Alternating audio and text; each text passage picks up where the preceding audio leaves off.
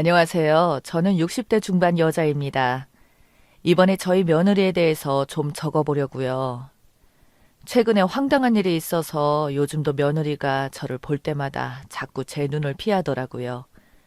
저희 남편은 67살이고 원래는 저희 부부 둘이서 개 한 마리 키우면서 조용히 잘 지내고 있었어요. 그러다 어느 순간부터 집안이 북적북적해지고 정신이 하나도 없게 돼버린 거고요. 저희 아들은 올해 35살입니다. 결혼을 좀 일찍 해서 대학교 졸업 후 직장에 들어가자마자 결혼 소리를 하더니 어느 날은 여자친구를 보여드리겠다면서 어떤 아가씨를 저에게 데려오더라고요. 그게 며느리와 저의 첫 만남이죠. 피부가 아주 그냥 백옥 같은 게 여리여리하니 누가 봐도 천상 여자가 따로 없었습니다. 근데 신기하게도 저희 아들보다 2살 많다고 하더군요. 아무리 봐도 제 아들이 5살은 더 많아 보였거든요. 제 아들은 컴퓨터 게임 만드는 회사에 다닙니다. 어릴 때부터 컴퓨터만 끼고 살더니 대학도 컴퓨터 전공, 직장도 컴퓨터 회사, 군대 가서도 컴퓨터를 했다더군요. 나중에 결혼도 컴퓨터랑 하는 거 아닌가 걱정했었거든요. 근데 어디서 저런 아가씨를 데려왔는지 너무 이쁘더군요. 그 아가씨는 계속 자기 나이 이야기를 하면서 죄인처럼 고개 숙이고 있길래 그때 제가 나이가 10살이 많아도 컴퓨터만 아니면 나는 무조건 찬성이라고 말했어요.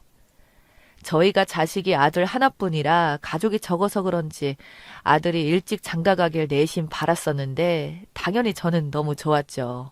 마다할 이유가 없었습니다. 저희 남편도 당연히 적극 찬성이었고요. 나중에 이야기를 들어보니 회사에서 만났다고 하더라고요. 부서는 달랐는데 저희 아들이 엄청 따라다녀서 결혼까지 했다고 했는데 원래 뭐 하나에 꽂히면 정신 못 차리는 성격이라 그럴만하다고 생각했어요. 그렇게 상견례도 잘 마치고 결혼식도 잘 올렸습니다. 하나 있는 자식 장가까지 가버리고 나니 이제 숙제는 다 끝냈다고 생각했어요. 빈집이 적적하기도 했고 그때부터 지인에게 개 한 마리 받아서 키웠고 정말 한가하게 지낼 것 같았거든요. 근데 첫째 손주가 나오고 나서부터 엄청나게 바빠졌습니다. 애들 봐주러 가기 시작했어요. 며느리는 직장 생활을 해야 하고 아이 봐줄 사람이 없어서 힘들어 하더라고요. 사돈 쪽은 이미 집안에 아이가 꽉 찼다고 아이 넷을 보고 있다고 합니다.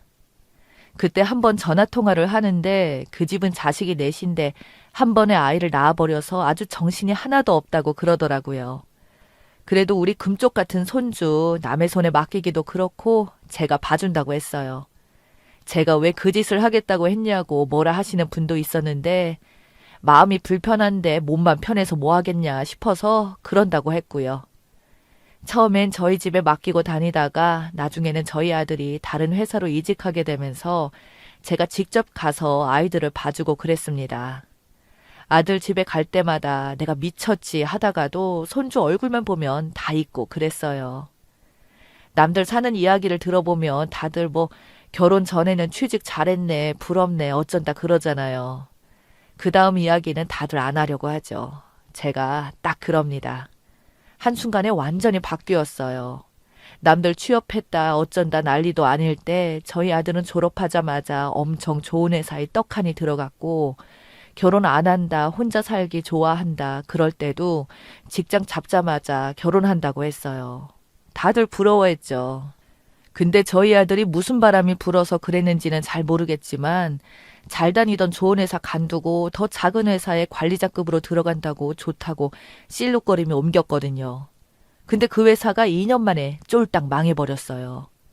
그 시기에 딱 맞춰서 저희 며느리가 둘째를 낳았고 다니던 회사에서 눈치를 너무 줘서 직장도 관뒀고요.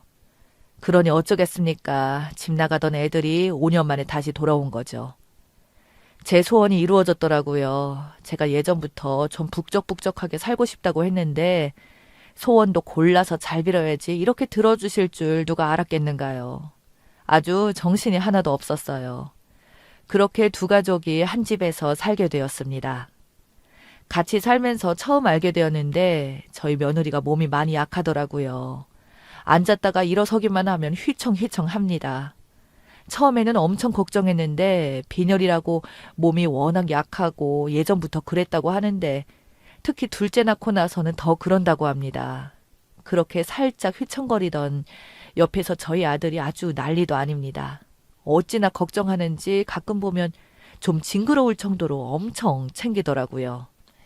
제가 뭐 일만 시키려고 하면 이리 휘청 저리 휘청 종이장처럼 펄럭거리고 있으면 옆에서 두 남자가 달려와 호들갑을 떨고 있고요. 저도 처음엔 너무 화가 나고 짜증이 나서 속이 터져 죽는 줄 알았습니다. 그런데 몸 약한 사람한테 뭐라 할 수도 없고 아플 때 뭐라 하면 더 서럽잖아요. 며느리도 계속 미안해하는 것 같았고 어쩌겠나요. 소처럼 건강하게 태어났으니 그냥 소처럼 일하다가 죽는 건가 싶어서 내려놓고 살았어요. 속에서 천불이 나고 열심히 성당도 가고 했지만 그냥 내가 포기하는 게 제일 속이 편하더라고요. 그렇게 3년을 살았습니다. 처음에는 서로 불편하기도 하고 짜증나는 일도 있고 그랬는데 시간이 흐르다 보니 알아서 조심할 부분 조심하고 맞춰주기도 하면서 어찌저찌해서 다 살게 되더라고요. 저희 아들은 프리랜서로 이 회사 저 회사 다니면서 열심히 일감 찾아다가 일하는 것 같았고요. 며느리는 집에서 컴퓨터로 뭘 열심히 그려서 보내주며 건당 얼마씩 돈을 받는다고 하더라고요. 애들이 저렇게 열심히 사는 모습 보면서 저는 그냥 집안일 해주고 아이 봐주고 하면서 도와줬습니다. 저희 남편은 열심히 개 키우고 있었고요. 제가 남편 이야기를 쓰려면 또 한 세월이라 그냥 개를 좋아해요. 손자들도 쑥쑥 잘 자라서 첫째는 초등학교에 입학하고 잘 다녔고요. 둘째는 유치원 잘 다니고 그랬습니다. 그러다가 손주가 다니는 초등학교에서 운동회를 하는 날이었어요. 그날 이후로 모든 게 싹 다 바뀌었네요. 원래는 그걸 저도 따라가려고 했었어요. 손주가 제게 와서 할머니도 꼭 오시라고 귓속말까지 하길래 무조건 가겠다고 했었는데 제가 그날 동네 지인들하고 병문안을 가기로 했었거든요.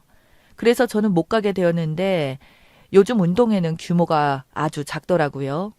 저희 손주가 다니는 학교에는 음식이나 음료 반입이 불가능하다고 빈손으로 오라고 했다네요.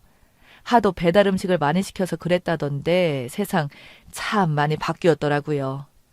저희 아들이 일이 바빠 못 간다고 했고 며느리랑 손자랑 나가는 것 같았습니다.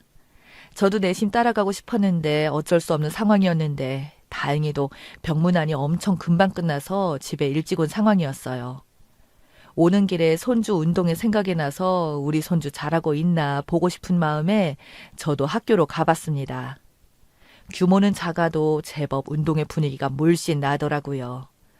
저도 덩달아 기분이 좋아졌고 그렇게 안에 들어가서 운동장을 유심히 보는데 달리기 같은 걸 하고 있더라고요. 개주하는 것 같았는데 아이들이 하는 게 아니라 학부모들이 하는 것 같았습니다. 근데 운동장 한가운데에 저희 며느리가 서 있는 거예요. 한눈에 봐도 저희 며느리가 맞았습니다. 뽀얀 피부에 종이장 같은 모습이 누가 봐도 저희 며느리였고요. 아니, 앉았다가 일어나는 것도 휘청거리면서 힘들어하는 애가 저기에 왜 서 있나 궁금하더라고요. 그래서 점점 운동장 가까이 다가가 봤어요. 근데 갑자기 바통을 받은 저희 며느리가 달리기 시작하는 겁니다. 순간 덜컥하더라고요. 저러다 쓰러지는 거 아닌가 했는데 정말 말도 안 되게 잘 뛰어가더라고요. 바통을 받자마자 미친 듯 달려나가는데 그 모습을 보고 그 자리에 주저앉을 뻔했네요. 글쎄 저희 며느리 다리가 안 보이더라고요. 어찌나 빠른지 같이 뛰는 엄마랑 운동장 반바퀴는 차이가 나는 것 같았어요. 위에는 또 호피무늬 입고 있어서 정말 무슨 한 마리의 치타가 뛰는 것 같았죠. 저는 운동장 옆에 멍하니 서서 입 딱 벌리고 며느리가 뛰는 모습만 멍하니 보고 있었습니다. 그러다가 며느리랑 제가 서로 눈이 마주쳤어요. 분명 제 얼굴을 봤습니다. 다음 주자에게 전달해주고 멈춰 섰는데 얼굴에 힘든 기색이 하나도 없더군요. 원래 늘 운동하던 사람처럼 서 있다가 저랑 눈이 쓱 마주쳤는데 얼굴이 더 창백해지더라고요. 그 당시 뭘 어떻게 해야 할지 몰라서 그냥 곧장 집으로 돌아갔습니다. 그동안 몸이 약하다고 하는 건 다 거짓말인가, 심호 일시키려고 그런 건가 별의별 생각이 다 나더라고요. 그렇게 집으로 왔어요. 집에 오자마자 냉수 한 잔 마시고 주방에 있는데 갑자기 현관문 열리는 소리가 나더라고요. 저희 며느리였습니다. 어머님이라고 저를 부르면서 주방으로 들어오더군요. 그래서 제가 물어봤습니다. 아까 엄청 잘 뛰던데 집에 올 때도 달려온 거냐? 평소에도 나 없으면 뛰어다니고 그러는 거야? 며느리는 대답이 없었어요. 한참을 멀뚱하게 서 있더군요. 그러자 갑자기 바닥에 주저앉아 울더라고요. 그래서 제가 많이 울지 마라. 그러다 또 어지러우면 어쩌려고 그러냐. 라고 했었거든요. 며느리는 제 손을 잡으며 저 어지럽지 않아요. 어머님 죄송해요. 이러더라고요. 그래서 제가 일단 너희들 짐부터 싸라고 했어요. 서로 속이면서 어떻게 같은 지붕 아래에서 살 수 있냐고 그건 가족이 아니라고 했습니다. 그래서 당장 짐 싸서 나가라고 이야기한 거고요. 며느리는 무릎까지 꿇으며 저보고 죄송하다고 이야기할 시기를 놓쳤다면서 펑펑 울며 그러더군요. 둘째 출산 후 내내 어지러웠던 건 정말 맞는데 최근 몸이 좋지 않게 되었다고 하더라고요. 저도 그 말은 맞다고 생각했어요. 병원에 가서 진찰도 받고 약도 받아오고 거기서도 빈혈 이야기를 했으니까요. 애초부터 거짓말을 한 건 아닌데 다만 나중에 몸이 호전되고 나서 이야기하지 않은 거죠. 근데도 빈혈 때문에 저희 아들이 옆에서 그렇게나 잘해줬다고 하네요. 부부 사이의 대화도 점점 줄었는데 아프지 않냐, 밥은 뭐 먹었냐 이런 안부 문자도 보내고 남편이랑 살면서 마음고생이 많았었는데 자상해진 저희 아들 때문에 너무 좋았다는 겁니다. 그래서 상태가 호전돼도 그냥 계속 아들 앞에서만 약한 척을 했던 거고요. 사실 되짚어 보면 유독 저희 아들 앞에서 자주 휘청거렸거든요. 근데 너희 부부 사이는 그렇다 치고 나는 옆에서 왜 고생을 해야 하냐고 물어봤습니다. 그동안 시어머니 혼자 청소하고 빨래하는 그런 모습이 아무렇지 않게 당연하냐고 그건 이해가 안 된다고 했어요. 아이 봐달라고 할 때도 흔쾌히 봐주고 내가 우리 아들 장가 보내고 나서 한 번도 맘 편히 쉬지 못하고 살았는데 착한 시어머니 노릇하니 이젠 내가 바보로 보인 것 같냐고 이제 착한 척 그만해야겠다고 말했습니다. 그렇게 이야기하고 저는 방으로 들어와 버렸습니다. 그리고 얼마 뒤 저희 아들이 급하게 오더군요. 저보고 죄송하다고 한 번만 용서해달라고 하는데 무조건 짐 싸서 나가라고 소리를 질러버렸어요. 그리고 다음날 아침 저희 아들이 저를 부르더군요. 드릴 말씀이 있다고 하면서 거실로 나오라고 하길래 밖에 나가보니 남편부터 며느리까지 앉아있더라고요. 그러면서 저보고 한 번만 용서해달라고 또 그러는데 아들이 저에게 그간의 사정 이야기를 하더라고요. 그때마다 제 머릿속엔 손주들 생각이 났습니다. 다른 건 중요한 게 아니었어요. 아들 내외가 길바닥에서 지내던 뭐 하던 솔직히 지금 심정으로는 눈 하나 깜짝 안 할 것 같았거든요. 근데 손주들이 계속 걸렸습니다. 그래서 저도 한번 크게 뒤집기로 작정을 했어요. 아들부터 시작해서 돌아가면서 제가 담아뒀던 이야기를 소리를 지르면서 하기 시작했어요. 아들 직장 이야기도 시원하게 해버렸고요. 며느리에게도 전날 못다한 이야기를 다 쏟아냈어요. 마지막으로 저희 남편에게도 집안일 좀 하라면서 거의 30년 묵은 이야기를 다 내질렀습니다. 그리고는 흐드러지게 휘청거리다가 바닥에 털썩 드러누워 버렸어요. 그때 온 집안이 난리가 났고요. 그렇게 그날 내친 김에 병원까지 다녀왔습니다. 그리고 나서 상황이 싹 바뀌었고요. 이젠 제가 휘청거립니다. 저는 소리까지 질러요. 덕분에 남편이 요즘 제 옆에 꼭 붙어 지내네요. 아들 내외는 계속 저랑 같이 지냅니다. 손주들 학교나 유치원 문제도 있고 괜히 나 때문에 우리 손주들까지 고생하는 건 도저히 안 되겠어서 저도 그냥 못 이기는 척 그러자고 했어요. 그렇게 요즘은 며느리가 열심히 하고 있어요. 일을 시켜보니 정말 편하더라고요. 겉모습만 그렇지 힘이 엄청나게 세더라고요. 한 번은 바닥을 닦다가 장판이 뜯겨나가는 줄 알았네요. 저는 손주들과 주로 시간을 보냅니다. 그때 저희 손주가 저에게 귓속말로 운동해 오라고 안 했으면 아직도 모르고 살았을 수도 있거든요. 당분간은 이렇게 더 지내려고 합니다.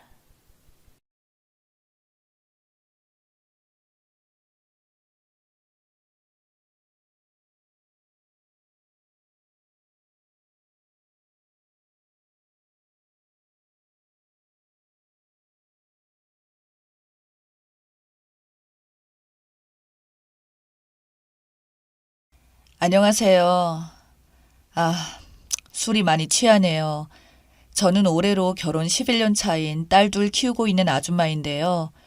이런 얘기를 허심탄회하게 나눌 친구도 없고, 친정은 또 걱정할까봐 말도 못하겠고, 그냥 누구라도 제 얘기를 좀 들어주고 조금의 위로라도 해줬으면 하는 마음에 글을 써보려 합니다. 얼마 전 제 남편이랑 만나던 여자를 만나고 왔어요. 남편은 올해 40살이고요. 그리고 그 여자는 26살이라네요. 저랑은 띠동갑도 넘네요. 참나. 우리 남편은 일주일에 4번 정도 술을 먹는 술고래인데요. 그 중에 반 이상은 여자들이 있는 술집에 가서 술을 마셔요. 이상한 곳 말고 그냥 아가씨들이 술만 따라주는 그런 곳, 혹은 바 같은 그런 곳이요. 근데 요 몇 달 들어서부터는 남편은 술 먹고 거의 하루 걸러 하루아침 6시에서 8시에 들어오고, 심할 때는 다음날 회사 일도 안 가게 일쑤에다 생전 신경도 안 쓰던 피부를 다 신경 쓰질 않나. 옷도 이전에는 제가 사주면 사주는데도 그냥 군말 없이 입던 사람이 옷차림을 다 신경 쓰지 않나. 게다가 집에 들어오면 향수 냄새가 확 나기도 하는 겁니다. 퇴근하고 오거나 주말이나 쉬는 날에도 자기가 일하는 방에 들어가서는 도통 나오지도 않았고, 그냥 저는 밥 주고 애들 봐주는 하인인가 보다 했네요. 그리고 남편은 항상 핸드폰만 손에 쥐고 있고 그 핸드폰 보면서만 시시덕거리며 웃고 그럽니다. 그리고 결정적으로 남편의 분위기가 정말 달라졌어요. 그냥 뭐랄까, 사람이 풍기는 느낌 그 자체가 달라졌다고 해야 하나? 아침에 술 먹고 기어 들어와서 9시나 10시에 퇴근하는데도 사람이 밝아 보이는 그런 느낌이 있죠. 정말 누구랑 술을 마시고 늦게 들어오는지 하루 종일 설레고 기분 좋은 사람 같은 그런 거예요. 제가 아는 남편은 절대로 그런 사람이 아닌데 여자에겐 무서운 촉이란 게 있잖아요. 아무래도 느낌이 딴 여자가 있는 것 같더라고요. 하여튼 정말 느낌이 너무 안 좋았어요. 게다가 그냥 심심풀이로 만나는 여자가 아닌 것 같은 느낌이었습니다. 그런 느낌이 드는 이후로는 전 계속 남편에게 무심하게 대했고, 전에는 남편이 술을 먹고 들어오는 거 터치를 안 했었는데 어느 순간부터는 그것 때문에 툭툭 더 말다툼을 하게 되고 그랬죠. 제가 딸내미 시켜서 아빠가 방에서 뭐 하시는지 보고 와라 이러면 딸은 아빠 책상에 핸드폰 보시는데 웃으면서 이러고, 남편의 모든 행동이 정말 너무나도 의심스러웠어요. 의심이 의심을 낳는다고 한번 그런 생각을 하니까 걷잡을 수 없더라고요. 우린 결혼할 때부터 서로의 사생활에 대해서 어떻게든 관여하지 말고 웬만한 거 터치 안 하기로 약속했기 때문에 지금까지는 제가 그랬던 적이 없었는데, 저는 남편의 핸드폰이랑 노트북에 어떤 것들이 있을지 정말 궁금했어요. 아, 진짜 확인 안 하면 돌아버릴 것 같아서 그래서 핸드폰과 노트북을 몰래 뒤져보기로 마음먹었죠. 남편이 1년 전에 뭐 사고 친 게 있어서 매주 주말마다 시아버지께 불려가는데요. 저는 몸이 좀 아프다고 거짓말하고 저는 애들과 남편만 시댁에 보냈어요. 그리고 남편 방에 들어가서 노트북을 몰래 켜서 뒤져봤습니다. 사진이 있더라고요. 정말 그 생각을 하니 또 눈물이 나오네요.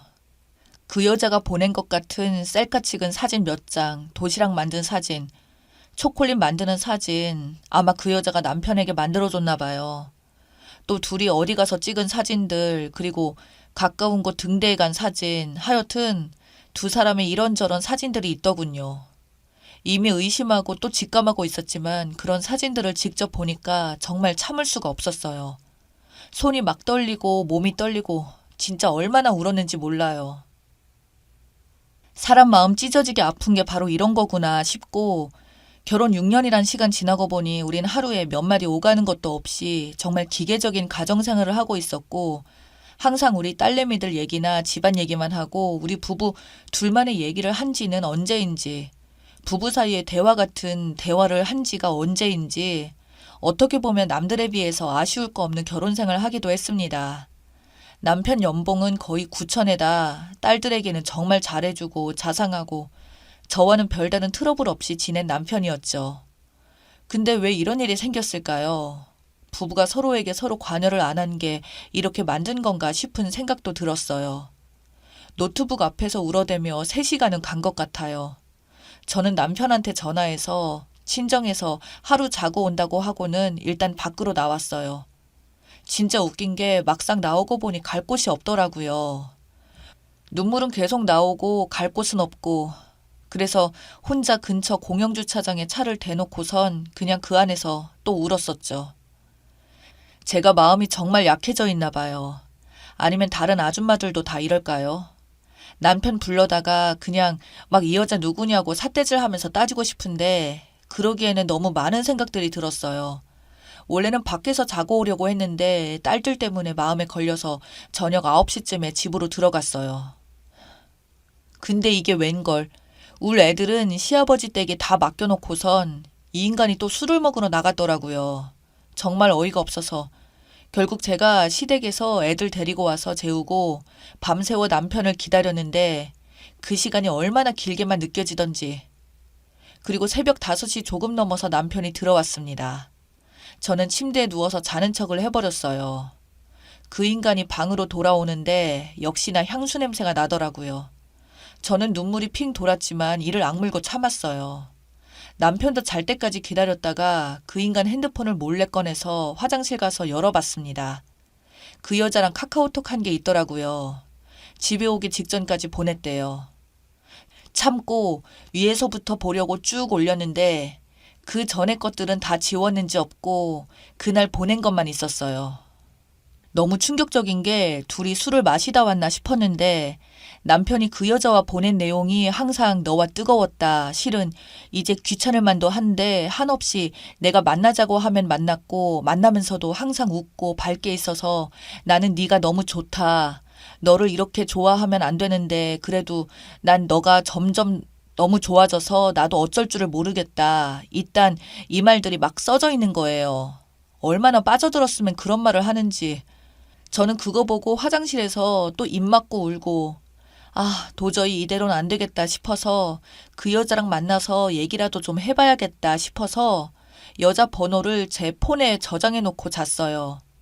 그리고 다음 주 월요일에 전화했더니 그 여자가 안 받는 거예요. 화를 누르고 인내심을 갖고 하루에 4-5번 전화했더니 그제야 받네요. 저는 제 신분을 밝히고 그 여자랑 만날 약속을 잡았습니다. 아무래도 사람 많은 데서 얘기를 제대로 못할 것 같아서 호텔방을 잡아놓고 거기로 불렀어요. 얘기하다가 화나면 진짜 박살을 낼 작정이었죠. 근데 이 여자가 밥 먹는 데서 보던가 왜 호텔에서 보냐며 그냥 카페에서 보자고 하더라고요. 제가 잔소리 말고 오라고 했더니 알았다고 하네요. 기다리는 동안 얼마나 속이 답답하고 긴장되는지 화가 나다가도 다른 생각이 막 들고 하여튼 기억이 안 날 정도로 무슨 생각을 그렇게 했는지 모르겠어요. 드라마도 아니고 왜 제가 이러고 있나, 내가 남편에게 무슨 잘못을 해서 그렇게 했나 하는 생각도 들고 그랬습니다.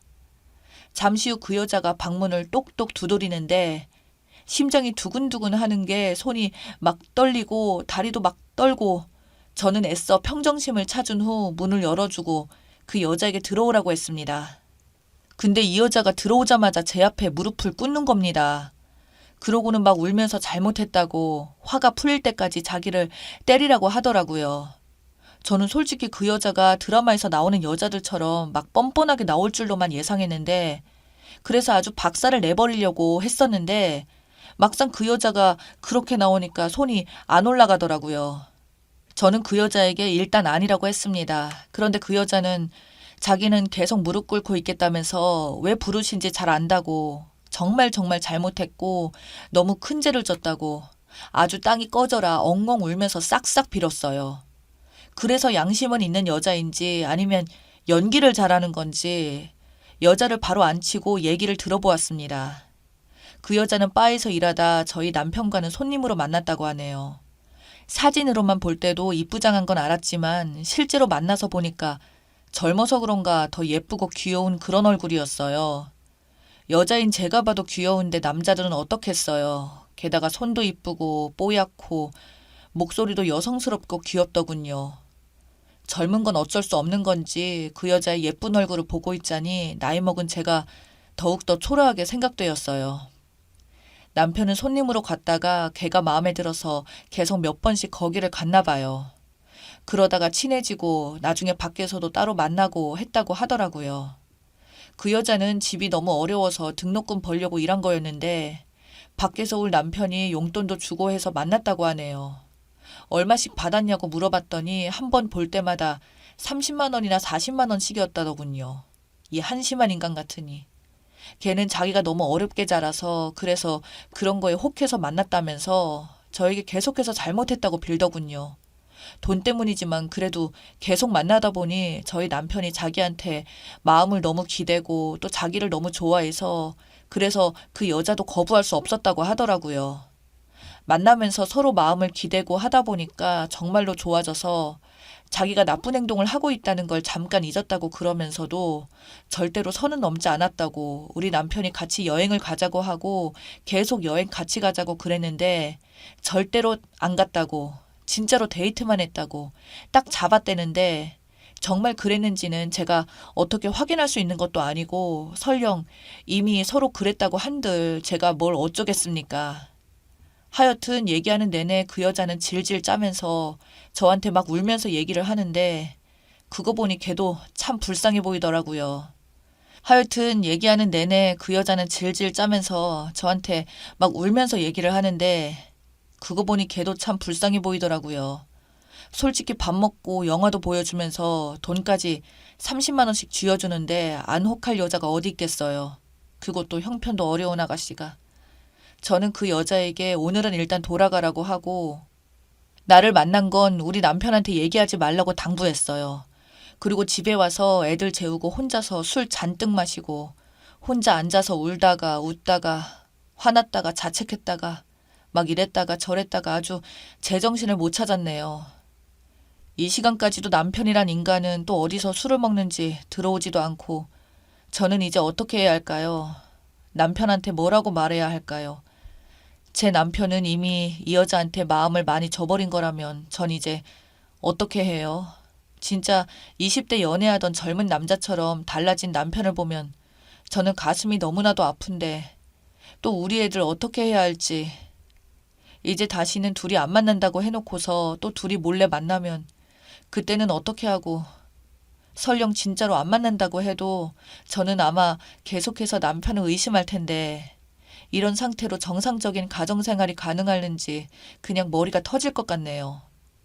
하지만 남편과 바로 갈라서는 것도 아닌 것 같고 좋은 남편은 아니었지만 그래도 애들한테는 참 좋은 아빠인데 남편이 나를 다시 사랑해주길 바라면서도 또 마음 한구석에는 남편을 미워하고 있고 아 정말 눈물만 나오네요.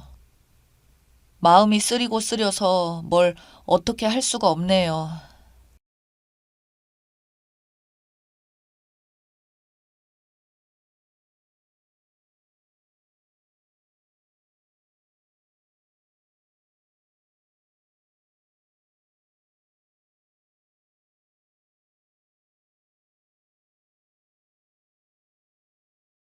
안녕하세요. 가끔 잠 못 이룰 때 누워서 휴대전화기로 글들을 들여다보며 때로는 공감도 하고 울고 웃는 평범한 26살 여자입니다.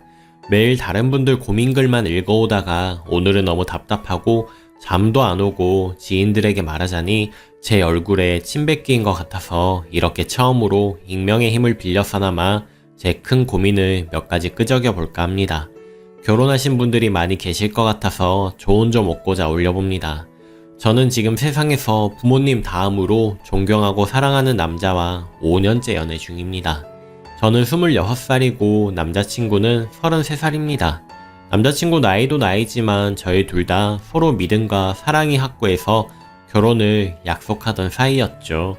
현재 결혼 얘기가 나와서 양가 부모님들께 서로 진지하게 말씀을 드리고 결혼 준비를 하고 있습니다. 근데 요즘 너무 힘이 듭니다. 잠도 3시간 많이 자면 4시간 겨우 잡니다.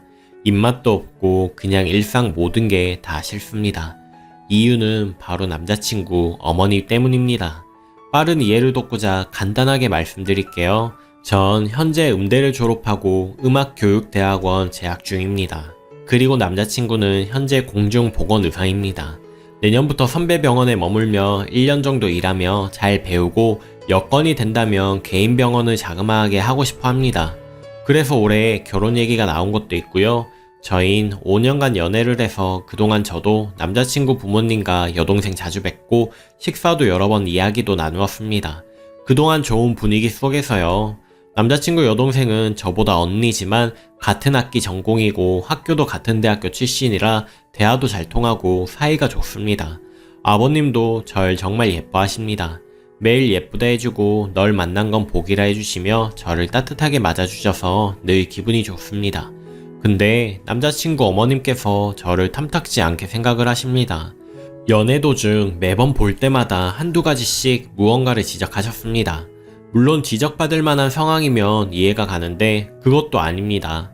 정말 단정하게 입고 가도 다 큰 처녀가 그렇게 입고 다니면 교양 없어 보인다. 옷이 그게 뭐냐 말씀을 하십니다. 그리고 제가 없을 때 남자친구에게 얘가 키도 크고 예쁜데 생긴 걸 보니 기가 좀 세겠더라. 딱 보면 안다. 보통이 아니고 남자 희도를 상해라고 이야기를 하셨답니다. 제가 이목구비가 또렷하긴 해도 기가 세다는 소리는 또 처음 들었습니다. 옷이 저렴해 보이는데 어디서 샀냐고 말씀하실 때도 있고 자세가 좀 나쁘다면서 여자는 허리가 굽고 자세가 나쁘면 급이 낮아 보인다고 말씀하신 적도 있습니다. 하나 둘 나열하자니 너무 많은데 되게 저런 식입니다. 제가 살이 2에서 3kg 찌면 저보고 통통하다. 젊어서부터 그렇게 찌면 애 낳으면 퍼진다고 일어나지도 않은 일에 대해서 이야기하시고 또 제가 살이 빠져 홀쭉해지면 비쩍 말라서 어디 살림이나 제대로 하겠느냐고도 하십니다.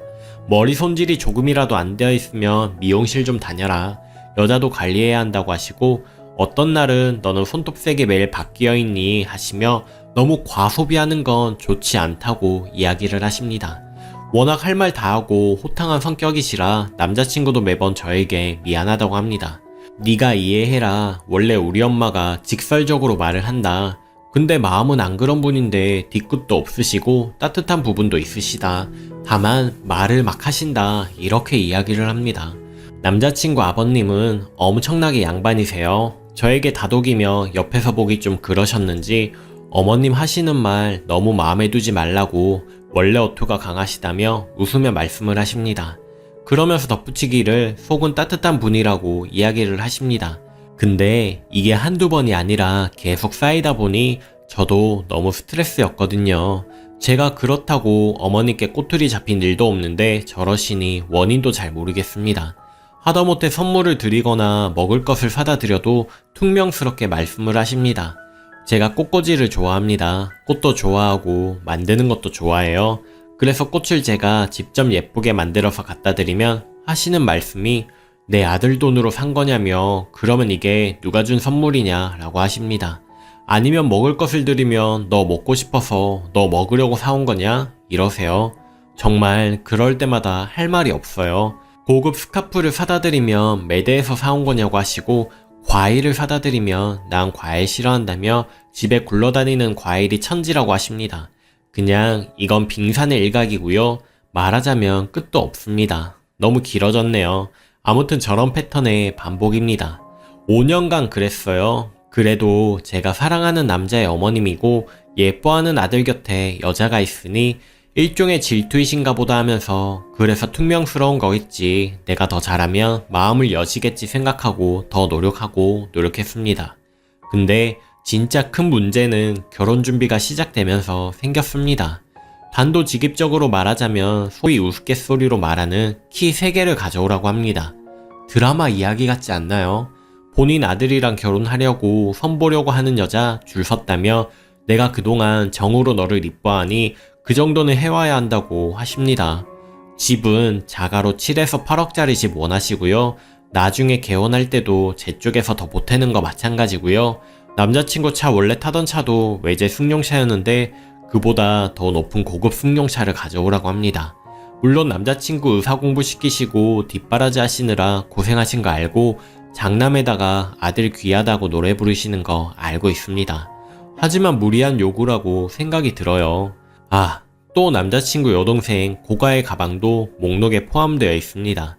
아무튼 그 목록을 보는데 아침 드라마의 주인공도 아니고 멍해지면서 황당하더라고요. 근데 제 입장에서는 그래요.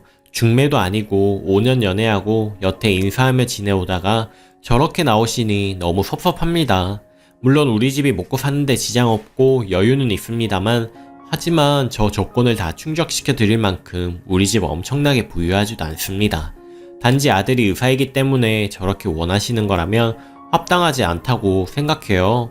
남자친구 아버님은 내과 전문의이신데 현재 연세가 있으셔서 지방 종합병원 원장님으로 앉아 계시고요. 남자친구 어머님은 전업주부세요. 저희 부모님은 두 분 다 의사시고요. 두 분 다 각각 다른 개인 병원에 계십니다. 물론 자랑스러운 부모님의 직업이지만 저는 자라면서 이 부분을 가지고 자만한 적도 없습니다. 하지만 또 굳이 말하자면 남자친구 집안에 못 미치는 집안이라고 생각하지 않아요. 남자친구 여동생은 재작년에 중매로 시집을 갔는데 언니도 결혼한 상대 직업이 의사셨습니다. 시집 갈 때 언니 혼수로 1억 가져갔다고 들었고요. 어머님 딸도 재작년에 그렇게 보내보신 분이 절 5년간 봐오시면서 대뜸 저렇게 나오시니 너무 서글퍼집니다. 정말 아들 가진 유세하시는 거라고 밖에 볼 수가 없습니다. 저는 외동딸이고 형제도 없습니다. 이 모든 이야기를 들으신 저희 아빠께선 현재 이 결혼을 접자고 하시네요. 여태 금이야 오기야 귀하게 키워온 딸인데 이렇게 보내고 싶지 않다고 무언가 조건을 내세우며 딸에게 많이 해오라고 하는 모양새가 아무래도 딸이 사랑을 받지 못하는 결혼처럼 느끼셨나 봅니다. 근데 또 저희 외할머니, 외할아버지는 엄마는 하랍니다. 제가 사랑하는 사람이고 그 부분만 충족해주면 너희가 결혼해서 잘 사는 거 아니냐고 하십니다. 엄마는 너 첫 남자이고 서로 죽고 못 살고 하는데 결혼해야지 하시고, 또 제가 남자친구가 저희 부모님께 되게 잘했어요. 그래서 오빠도 마음에 들고 착하다고 날 잘 받아주고 이해해줄 것 같다고 결혼을 하랍니다. 대구에 엄마 명의로 된 신축 건물이 있는데 그걸 팔아서 저 보내시겠다고 합니다.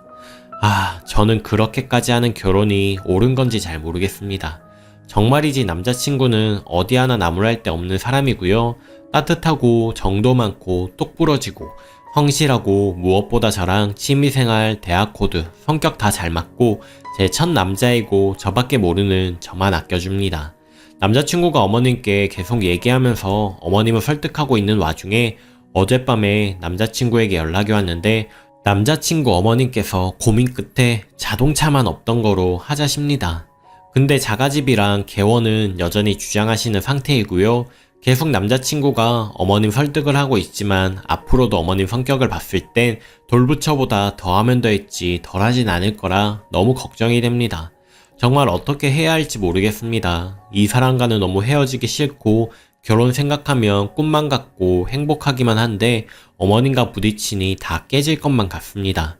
연애 때도 남자친구는 그랬어요. 제가 한 번은 오빠한테 이런 말을 했지요. 내가 암만 처음에 오빠 의대 졸업한 거 모르고 만났어도 그래도 오빠가 지금은 전문의인데 걱정이다.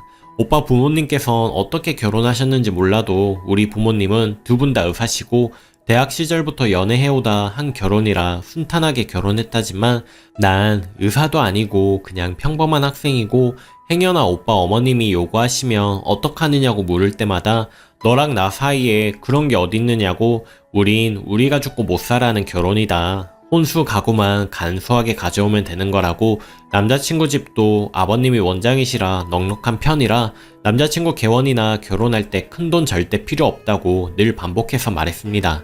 설령 남자친구 어머니가 그렇게 나오셔도 본인이 결혼하고 택한 인생이라 본인이 알아서 한다고 그 부분에 대해선 전혀 걱정하지 말라고 했는데 그 우려하던 일이 이제 터졌습니다. 그땐 제가 첫 남자이고 너무 어려서 몰랐던 걸까요? 이게 정말 현실인가 싶습니다. 현재 남자친구도 멀리 있어서 차로 왕복 8시간 거리에 있어서 만나서 얘기도 잘 못하고 그렇다고 지인들한테 말하자니 제가 이렇게 사랑도 못 받고 이런 취급 당한다는 사실이 자존심 상하고 답답한 마음에 익명을 빌려 이렇게 글을 씁니다. 어젯밤에 오빠랑 그렇게 대화하고 일단 끊고 저희 부모님께는 아직 말 못했는데 뭐라고 말을 풀어가야 할지도 모르겠습니다. 그리고 남자친구 어머님께서는 이틀 전에 저한테 연락이 오셨습니다. 25일날 시간 되면 잠깐 만나서 얘기하자고. 저한테요. 남자친구한테 말하지 말고 저랑 단둘이 보자고 하시는데 그때도 나가서 제가 뭐라 말을 해야 할지 머릿속엔 가득 찼는데 정리가 안 됩니다. 드라마에서처럼 돈 봉투라도 주시며 헤어지라고 하시려나 봐요. 그 생각이 이 생각 저 생각 하다 보니 밤도 지새우고 일주일째 3시간 정도밖에 못 자고 이러고 있습니다. 정말 못났죠.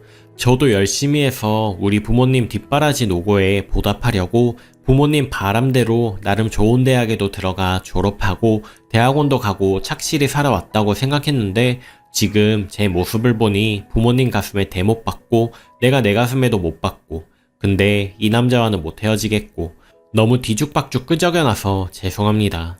답답한 마음에 새벽에 누워서 휴대전화기로 쓰다 보니 주저리 그래도 결혼하신 분들 얘기가 듣고 싶어서요. 어머님께서 오빠한테 말하지 말고 나오라는 거 보니 겁도 나고 당장 내일 어머님 만나서 뭐라 운을 떼고 매점을 지을지도 걱정이고 조언 부탁합니다.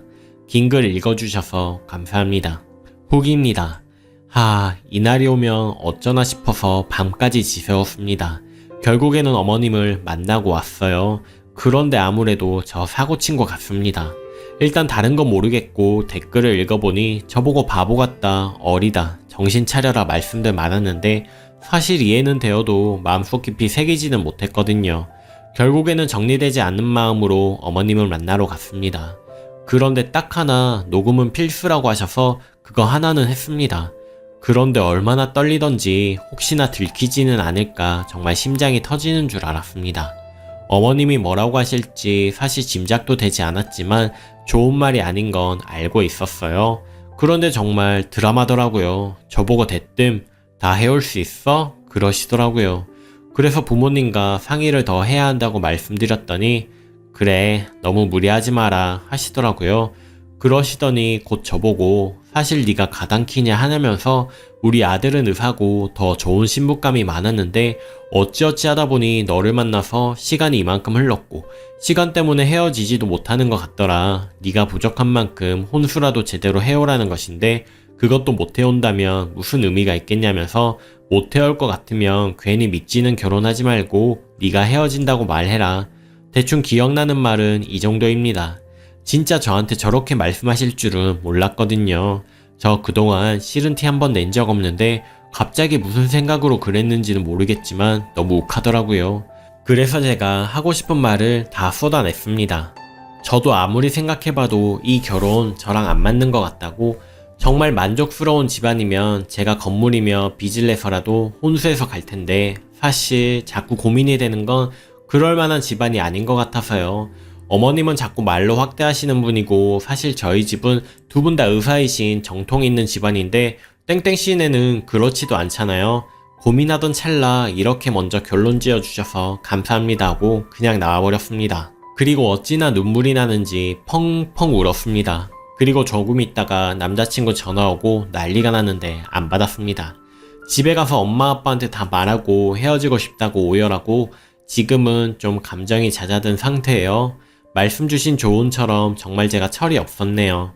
부모님께서 귀하게 키워주셨는데 남자한테 정신 팔려서 평생 불행할 뻔했습니다.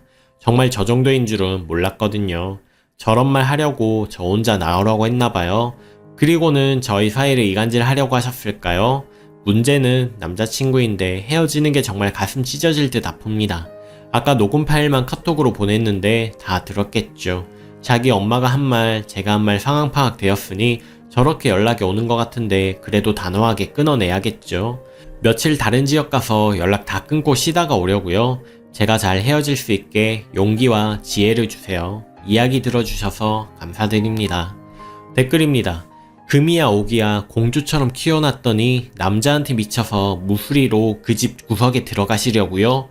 님이 혼수를 10억 해가든 100억을 해가든 상관이 없습니다.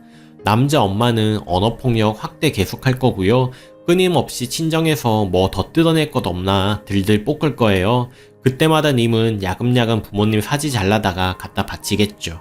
왜냐하면 내 남자가 너무 괜찮은 남자라서 님아 지나가던 개가 웃겠습니다. 첫 연애에 홀려 지금 똥인지 된장인지 모르겠는 거예요. 연애 때 내 결혼이니 내가 알아서 다 한다고 호언장담했던 남친 말은 새빨간 거짓말로 드러났고 외제차는 안 가져와도 된대 있다고 말이나 전하면서 님이 바리바리 싸울 예단이랑 돈 바라보고 있는 게 뻔히 보이는데 그래도 아직도 눈이 멀어 저 남자의 문제가 뭔지 모르겠어요. 남친 엄마한테 모진 말에 상처받을 동안 기껏 한다는 소리가 네가 이해해라. 기가 막혀서 말이 안 나오네요. 온실 속 화초처럼 자란 철없는 아가씨, 아무리 남자가 좋대도 부모 가슴에 대못 받고 비련 속 주인공 흉내내는 거 아닙니다. 하늘이 도와 좋은 부모님 밑에서 하고 싶은 공부 다 하고 예쁘게 잘 자랐으면 두 번째 인생도 제대로 선택을 해야죠. 남친한테 말해보세요. 생각보다 우리 집 나한테 해줄 게 없다고 하신다고. 혼수 1억이 다라고. 과연 남친이 엄마와 싸워서 끝내 님을 쟁취할까요? 돌아선다에 100표를 던집니다. 하나 더 댓글들 모진 소리 무척 아플 거예요. 어디서 이런 험한 말 들어본 적도 없을 테고요. 내 사랑이 이토록 욕먹는 게 억울하기도 하겠죠. 넬님 이걸 통째로 날리고 자존감 바닥 기어가면서 10억 싸들고 시집가는 거 님 맘이에요.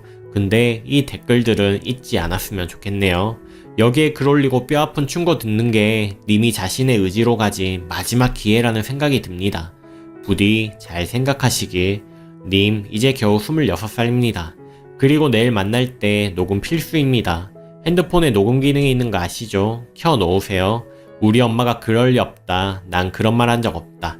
사람 하나 등신 만드는 거 참 쉽습니다. 세상 살아보니. 오늘의 사연은 여기까지입니다. 여러분은 어떻게 생각하시나요? 언제나 들어주시는 시청자 여러분 감사드리고 행복하세요. 구독, 좋아요도 한 번씩 꼭 눌러주시면 큰 힘이 됩니다. 감사합니다.